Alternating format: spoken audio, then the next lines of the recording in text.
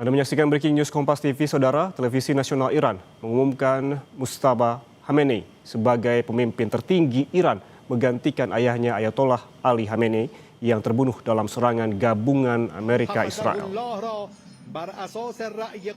Pengumuman Mujtaba Khamenei yang berusia 56 tahun sebagai pemimpin tertinggi disambut rakyat Iran.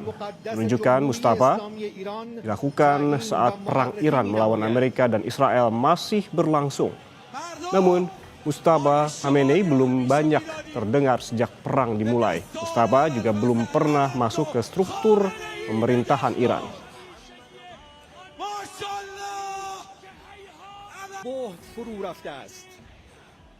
تحلیلگران پنتاگون که روی نقشه ها خیز برداشته بودند قاطع مجلس خبرگان حضرت آیت الله العظما سید مجتبی خامنه‌ای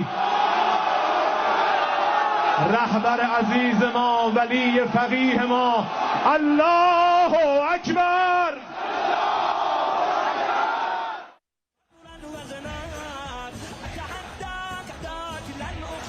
Mujtaba Khamenei juga akan menjabat sebagai Panglima tertinggi militer dan Garda Revolusi Iran.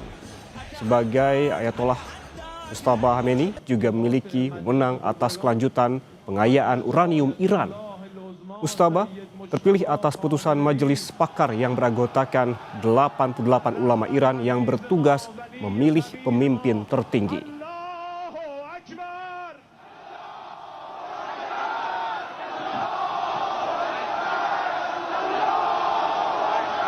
Allahu Akbar.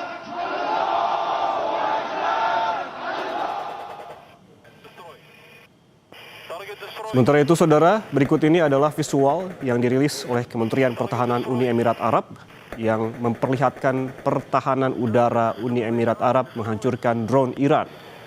Otoritas militer Uni Emirat Arab bilang 16 rudal Iran dihancurkan. Sementara total 117 drone terdeteksi di wilayah udara Uni Emirat Arab, 113 diantaranya berhasil dihancurkan.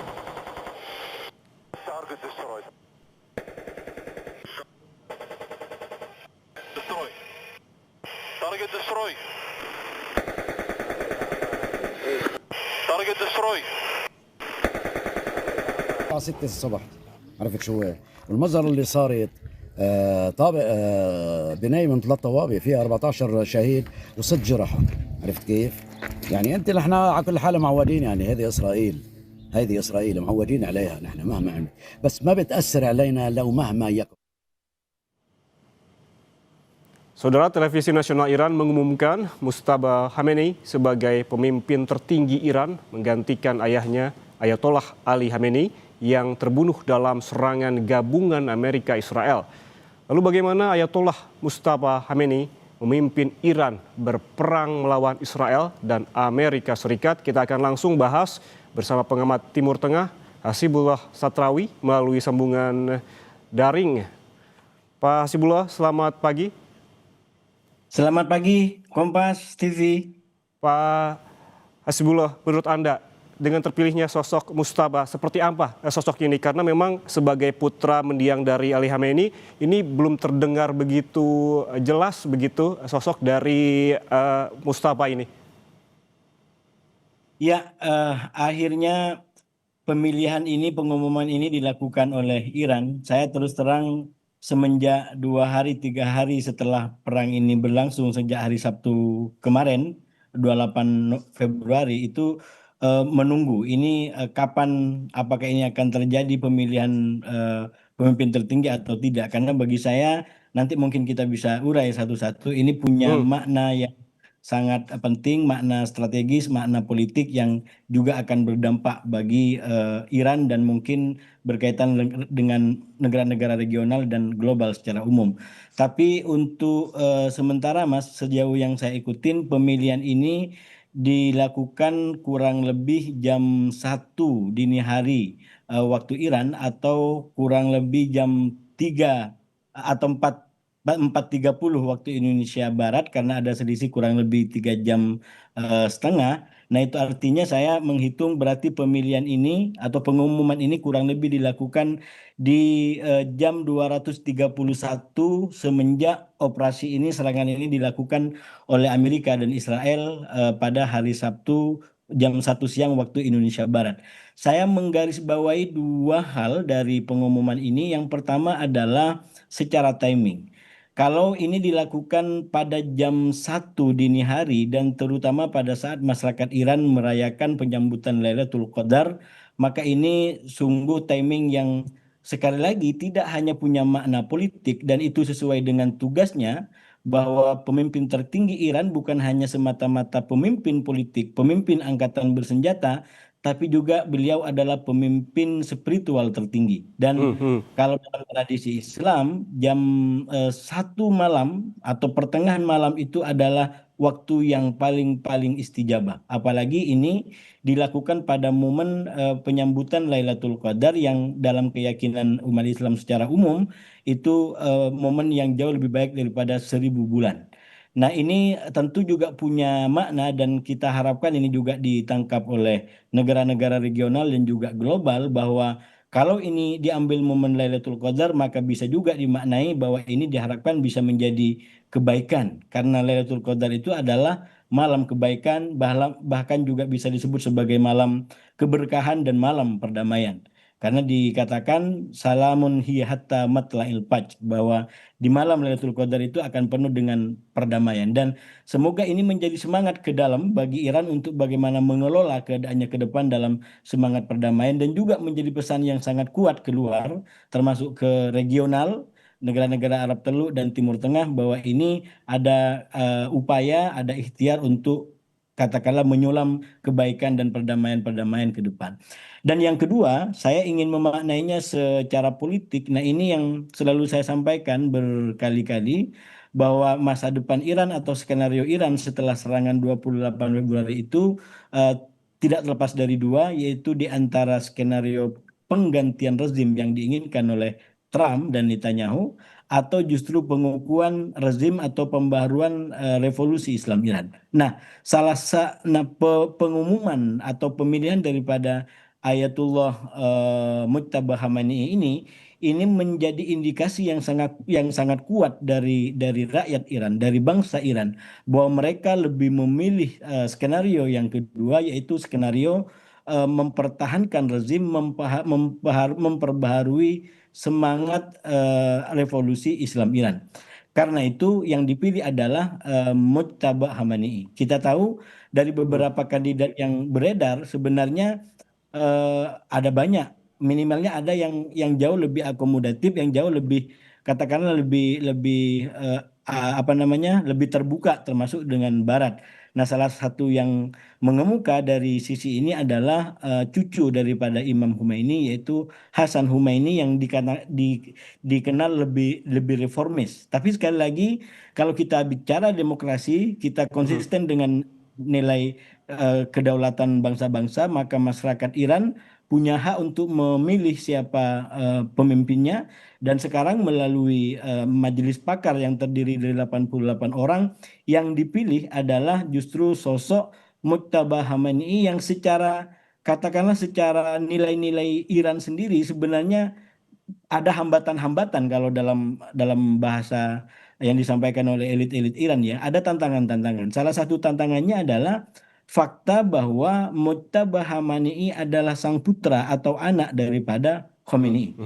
Ini menjadi sebuah tantangan karena Iran secara konstitusi tidak menginginkan penurunan tahta atau pewarisan kekuasaan. Dan ini untuk pertama kali terjadi di mana Ayatullah yang tertinggi, mursyid yang paling tinggi itu kemudian turun, atau bukan turun, dipilih kepada putra yang bapaknya juga sebelumnya menjabat sebagai pemimpin tertinggi tersebut. Dan ini satu yang menurut saya tantangan yang dihadapi oleh para ulama, para pemimpin di Iran. Dan yang kedua yang mengemuka dan cukup keras menurut saya juga perdebatannya tentang mekanisme pemilihan.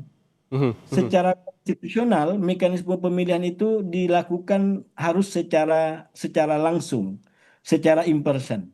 Dan persoalannya sekarang menghadapi situasi yang susah untuk melakukan pertemuan secara langsung. Karena itu perdebatan-perdebatan yang terjadi sebelum pengumuman ini, bagaimana nanti kalau pemilihan Ayatullah Mujtaba Khamenei ini dilakukan tidak secara langsung? Bagaimana tingkat penerimaan?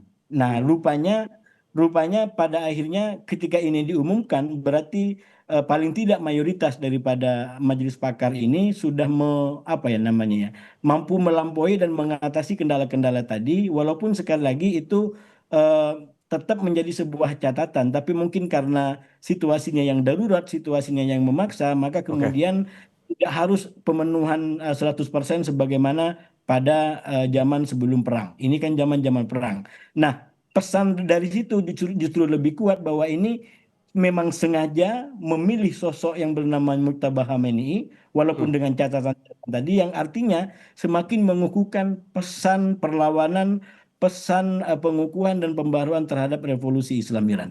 Oke, kalau melihat ada pesan perlawanan di sini dengan terpilihnya dari Mujtaba Khamenei ini, berarti artinya penunjukan Mujtaba dari pihak Iran masih jauh dari kata negosiasi dengan Amerika Serikat dan juga Israel. Ya, tentu bisa dipahami demikian, tapi juga kalau dikaitkan dengan momennya seperti yang saya sampaikan tadi, momen yang dipilih untuk mengumumkan keputusan ini adalah momen yang menurut saya justru penuh dengan kebaikan daripada peperangan. Lailatul Qadar itu sejarah atau semangat tentang kebaikan, tentang perdamaian, tentang keberkahan. Dan saya berharap ini juga menjadi komitmen dari masyarakat Iran secara umum bahwa ke depan akan ada apa namanya pola hubungan yang mungkin lebih dialogis, lebih terbuka dengan negara-negara tetangga, termasuk juga dengan negara global. Dan pada waktu yang bersamaan, menurut saya ini juga pesan kepada negara-negara luar juga gitu. Kita tidak bisa hanya menunjuk Iran, karena apalagi Iran dalam realitas seperti sekarang yang dia berada pada posisi tidak punya pilihan lain kecuali bertahan.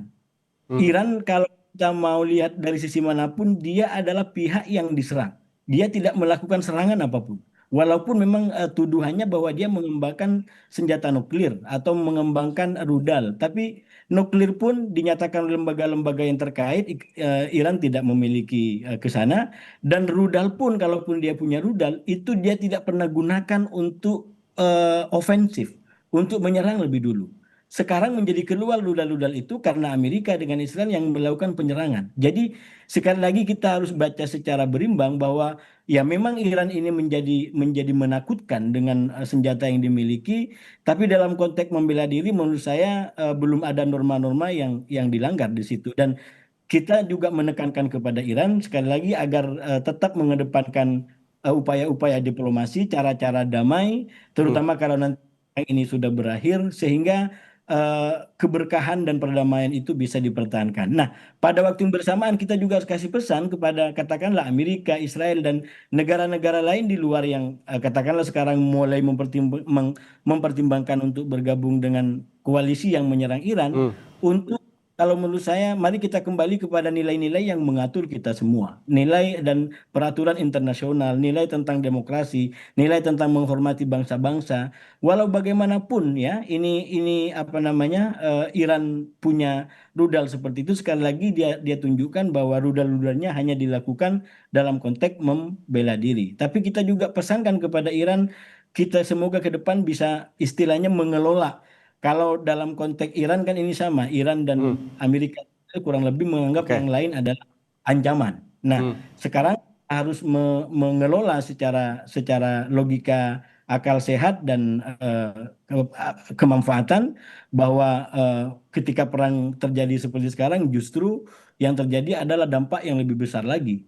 Yang awalnya mungkin masyarakat tidak terlibat daripada sakwa sangka atau tuduhan yang disampaikan, tapi dengan perang ini meletus seperti ini, kemudian punya dampak kepada masyarakat yang ada di pelosok, katakanlah di Pulau Jawa, di Pulau Sumatera, di Afrika atau dimanapun gitu. Jadi sekali lagi ini harus menjadi proteksi bagi semua dalam rangka menghadapi satu persoalan yang ada. Gitu. Baik, berarti pilihannya bertahan begitu bagi Iran, namun dengan terpilihnya juga Mustafa ini, menurut Anda apakah perang akan bertahan lama karena melihat juga dari sisi lawan serangan terus memombardir Teheran dan juga wilayah lain di Iran. Tapi jangan dijawab dulu Pak Hasibullah, kita kembali sesaat lagi tetap bersama kami di Breaking News Kompas TV.